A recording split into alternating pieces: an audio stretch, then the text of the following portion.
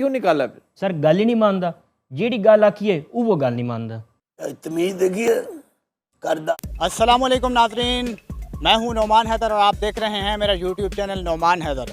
नाजरीन, पाकिस्तान का super hit show जिसे हम आफ्ताब इकबाल का शो भी कहते हैं, कभी खबरदार कभी खबरदार कभी खबरनाक, आपने सभी ये शोज़ देखे होंगे। मेरे साथ मौजूद हैं आफ्ताब इकबाल का पर्सनल अटेंडेंट और आफ्ताब इकबाल के शो में मेन रोल अदा करने वाले कॉमेडियन मौजूद हैं। इनको एक पुलिस वाले ने तशद्दुद का निशाना बनाया और इनकी इज़्ज़त नफ्स को मजरूह किया। आज अपनी दर्द भरी रूदाद आपके सामने लेकर बैठे हैं और सिर्फ इतना ही नहीं किया बल्कि इनको नौकरी से भी निकलवा दिया। हमारे साथ मौजूद हैं नबील हैदर, आइए इन्हीं से बात करते हैं। अस्सलाम वालेकुम। जी वालेकुम सलाम। सर आप थोड़ा सा अपना तारुफ करवा दें अपनी ज़ुबानी से। जी जैसा कि आपने बताया कि मेरा नाम नबील है, तो मैं पुलिस गर्दी का शिकार हुआ और मैं एंकर पर्सन आफ्ताब इकबाल के यहाँ काम करता था, उनका पर्सनल अटेंडेंट था और ख़बरदार प्रोग्राम में और ओपन माइक कैफ़े में भी मैं वहाँ पे परफॉर्म करता था।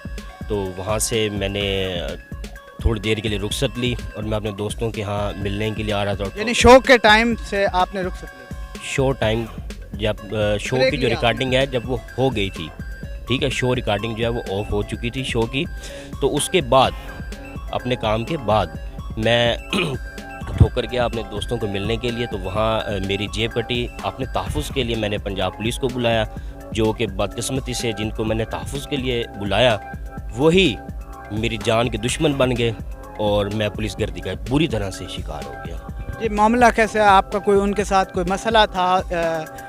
वैसे पुलिस का काम तो होता है तहफ़्फ़ुज़ देना, यानी आपसे पर्स छीना गया, वो आपको वापस लेके देते, लेकिन बजाय इसके कि वो उन्होंने आपको तशद्दुद का निशाना बनाया और सिर्फ इतना ही नहीं बल्कि आपको नौकरी से भी निकलवा दिया। वजह क्या थी? कोई आपका पर्सनल मामला तो नहीं था? नहीं, ऐसी कोई बात नहीं थी। पर्सनल क्या, मैं तो यहाँ जंग से लाहौर गया था वहाँ पे अपने रोज़गार कमाने के लिए और मैंने वहाँ से किसी से क्या दुश्मनी मोल लेनी है।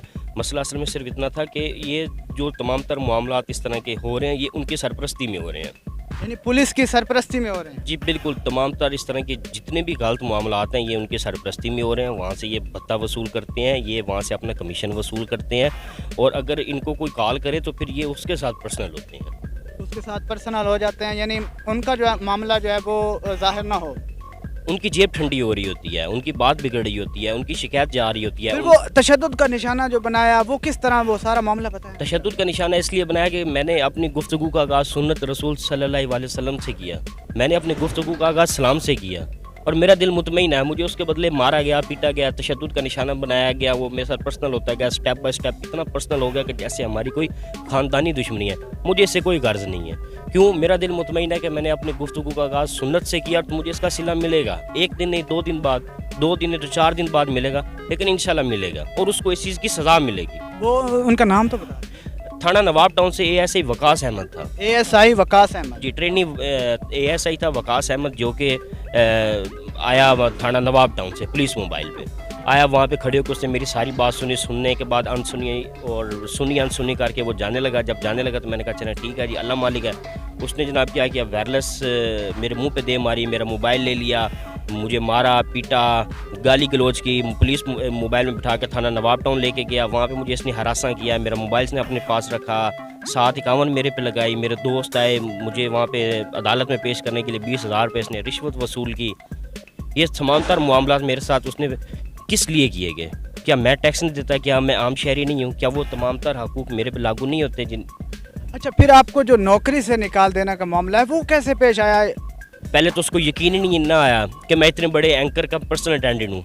उसने समझा कि मैं झूठ बोल रहा हूँ या यहाँ से बचने के लिए मैं उसके साथ वैसे ही अपने से बात उसको अपनी जान छुड़वाने की।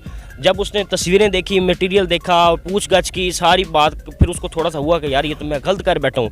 फिर उसने किया कि उसने आधे घंटे का गैप दिया। गैप देने के बाद वो फिर आया मेरे पास आने के बाद जब उसको ये बात यकीन हो गया कि मैं इतने बड़े एंकर का पर्सनल अटेंडेंट को इस तरह से मैंने मिसबिहेव किया, गाली गलोच किया, हरासा किया, अपने पास रखा, तो अब उसने स्कीम लड़ाई कि मुझे इधर से फ़रार हासिल करना चाहिए, यानी बचना है। यानी बचने के बजाय उसने माजरत करने के उसने जो है वो मजीद मामले को ख़राब किया। अब वहाँ से वो अपने इस बात से फ़रार हासिल करने के लिए उसने स्टेप कौन सा लिया, वहाँ पे कॉल करके उनको मिस गाइड कर रहा है मेरे बारे में।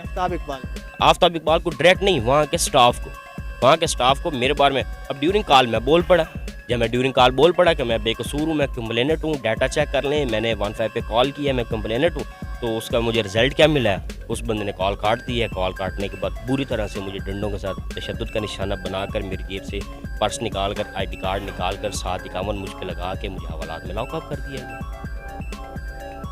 उसके बाद जो आपको नौकरी से निकाल दिया गया, वो उन्होंने तहकीक नहीं की आपके साथ जो मामला पेश आया, ये गलत मामला है।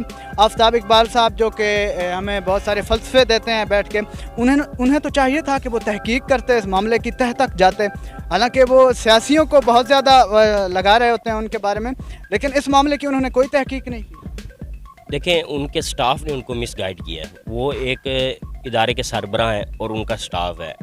अब उनका स्टाफ उनको जो कहेगा उन्होंने तो उसी बात पर यकीन करना है ना। पर्सनली उन्होंने कोई तहकीक, वो करते भी कैसे जब उनके स्टाफ ने ही उनको मिसगाइड किया और उनको तो इन हकाइक का पता ही नहीं है। अब वायरल हो रही हैं, मुख्तलिफ चैनल्स वाले इंटरव्यूज़ ले रहे हैं, करंट अफेयर्स प्रोग्राम्स में बुलवाया जा रहा है और ये बातें वहाँ पे यानी कि शुरू हो गई हैं अया होना। तो हो सकता है कि आपको इंटरव्यू वायरल होता हुआ उन तक चला जाए और इन तमाम तरह हकाइक का उनको पता चले। तक देखें, ये नया पाकिस्तान एक फेमस यूट्यूब चैनल है, वहाँ पे भी आपका इंटरव्यू चला, तो अभी तक कोई रिस्पांस नहीं आया टीम की जानिब से या स्टाफ की जानिब से जिन्होंने गलत गाइड किया? नहीं, अभी तक तो फ़िलहाल कोई ऐसा रिस्पॉन्स। ये स्टाफ जो है वो खुद मुलविस था या स्टाफ ने यानी उनको पता नहीं था, इस वजह से उन्होंने गलत गाइड किया उन्हें, क्योंकि उन्हें भी गलत गाइड किया गया था? नहीं, स्टाफ का मैं नहीं कहता कि वो कुछ गलत कर रहे हैं या सही कर रहे हैं, जो भी कर रहे हैं वो मैं उनको नहीं जानता, लेकिन ये है कि आपको लगता क्या है कि स्टाफ खुद मुलविस था, स्टाफ को कोई ऐसा मसला था या उनको उनके नज़दीक हकीकत यही थी? वहाँ पे एक एडमिन है, ठीक है, उस प्रोग्राम का एडमिन है, एडमिन ऑफिसर कैसर बास उसका नाम है, ठीक है, जिसके रेफरेंस से मेरी जॉब लगी थी। जब ये सारे मामले का उसको पता चला था तो उसने क्या किया, उसने मुझसे ना हाथ उठा लिया था। अब जिसके रेफरेंस से एक इदारे में मैं जा रहा हूँ, जब वही मुझसे हाथ उठा ले तो उसमें एक इदारे का जो सरबर है उसका क्या कसूर? यानी उसने आपका साथ देना चाहिए? उसने मेरा साथ देना चाहिए। जब उसने मेरा साथ क्यों नहीं दिया ये अब खुदा बेहतर जानता है। अभी आप क्या मुतालबा करते हैं अदलिया से या जिन लोगों ने आपके साथ ये किया, अवाम से क्या मुतालबा है? अवाम से तो मेरा क्या मुतालबा होगा, अवाम का तो मैं शुक्रगुज़ार हूँ कि वो मेरा बहुत ज़्यादा साथ दे रहे हैं। मेरी जो मुझ पर जुल्म हुआ है उसमें वो मेरे हक़ में आवाज़ उठा रहे हैं। मैं अपने तमाम बहन भाइयों का बहुत ज़्यादा शुक्रगुज़ार हूँ जो मेरे हक़ में बोल रहे हैं। उसके बाद हुकूमती सतह पे मैं यही मेरी इल्तिजा है कि गैर जानिबदार ऑफिसर के यहाँ मेरी इंक्वायरी लगवाई जाए और मेरिट के ऊपर फैसला किया जाए। कानून के मुताबिक थाना नवाब टाउन को जो ट्रेनी है SI वकास अहमद है, इसको सख्त से सख्त सज़ा दी जाए। यानी इसे इंसाफ के कटारे में लाया जाए। जी बिल्कुल, और इसे इबरत का निशान बनाया जाए। जी नाज़रीन, आपने गुफ्तगू सुनी। जिस तरह के आप जानते हैं कि हमारे मुल्क के अंदर एक काला कानून है जो कि पैसे वाले को तो इंसाफ दे देता है और जो गरीब बंदा होता है, जिसके पास कोई रेफरेंस नहीं होता, जिसका कोई सियासी हवाला नहीं होता, उसे हक बजानिब होते हुए भी इंसाफ नहीं मिलता। एंड पे मैं ये कहूँगा कि हमारे चैनल को लाजमी सब्सक्राइब कर लें ताकि हमारी आने वाली नई वीडियो आप तक पहुँचती रहे। बहुत शुक्रिया।